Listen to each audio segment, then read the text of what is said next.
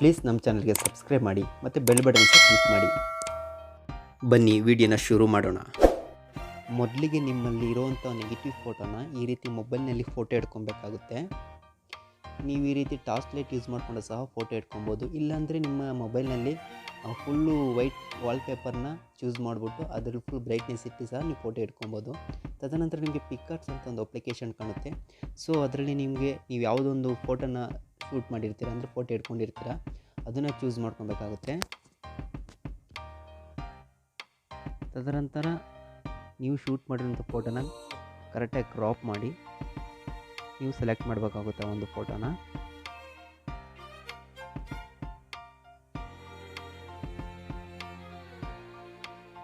ಈ ಆ್ಯಡ್ಸ್ ಬಂದರೆ ಈ ರೀತಿ ಕ್ಲೋಸ್ ಮಾಡಿ.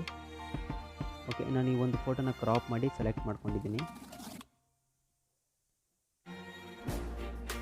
ತದನಂತರ ನಿಮಗೆ ಎಫೆಕ್ಟ್ಸಲ್ಲಿ ನಿಮಗೆ ಕಲರ್ಸ್ ಅಂತ ಒಂದು ಆಪ್ಷನ್ ಕಾಣುತ್ತೆ, ಅಲ್ಲಿ ಚೂಸ್ ಮಾಡಿ.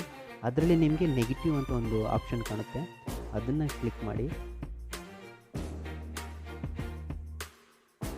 ನಂತರ ನೀವು ಒಂದು ಫೋಟೋನ ಸೇವ್ ಮಾಡ್ಕೊಬೇಕಾಗುತ್ತೆ. ಮೇಲ್ಗಡೆ ಒಂದು ಮಾರ್ಕ್ ಕಾಣಿಸ್ತಿದೆಯಲ್ಲ ವೈಟ್ ಕಲರು, ಅದನ್ನ ಕ್ಲಿಕ್ ಮಾಡಿ. ಈ ರೀತಿ ಒಂದು ಆ್ಯಡ್ ಬರುತ್ತೆ. ಅದು ಬಂದಾದಮೇಲೆ ನೀವು ಗ್ಯಾಲರಿ ಅಂತ ಸೇವ್ ಮಾಡ್ಕೊಳ್ಳಿ, ಗ್ಯಾಲರಿಲಿ ಸೇವ್ ಆಗುತ್ತೆ. ಓಕೆ, ನೆಕ್ಸ್ಟ್ ಸ್ಟೆಪ್ ನೋಡೋಣ. ನೆಕ್ಸ್ಟ್ ಸ್ಟೆಪ್ಪಲ್ಲಿ ನಿಮಗೆ ಗೂಗಲಲ್ಲಿ ಹೋಗಿ, ಗೂಗಲಲ್ಲಿ ನೀವು COLORIZE ಫೋಟೋ ಆನ್ಲೈನ್ ಅಂತ ಇದು ಕ್ಲಿಕ್ ಮಾಡಿ.